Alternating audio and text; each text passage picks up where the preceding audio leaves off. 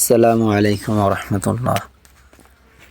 সাদ ইবনে মালিক রাদিয়াল্লাহু তাআলা আনহু বর্ণনা করেন, রাসূল সাল্লাল্লাহু আলাইহি ওয়াসাল্লামকে আমি এই কথা বলিতে শুনিয়াছি, আমি কি তোমাদেরকে আল্লাহ তাআলার এমন ইসমে আজমের কথা বলিব না, যাহা দ্বারা দোয়া করলে আল্লাহ তাআলা সেই দোয়া কবুল করেন এবং কোনো কিছুর জন্য আবেদন করিলে সেই আবেদন মঞ্জুর করেন।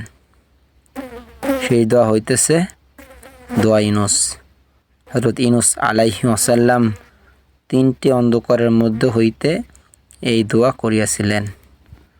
এখনও যদি কেউ এই দোয়া পাঠ করে অবশ্যই তাহার দোয়া আল্লাহ তাআলা কবুল করিবেন। এই জন্যই আমল কইরা দোয়া করলে আল্লাহ তাআলা সেই দোয়া খুব তাড়াতাড়ি কবুল করেন। এই জন্য আমল কইরা দোয়া করা। আল্লাহ তাআলা আমাদেরকে আমল করার তৌফিক দান করুক।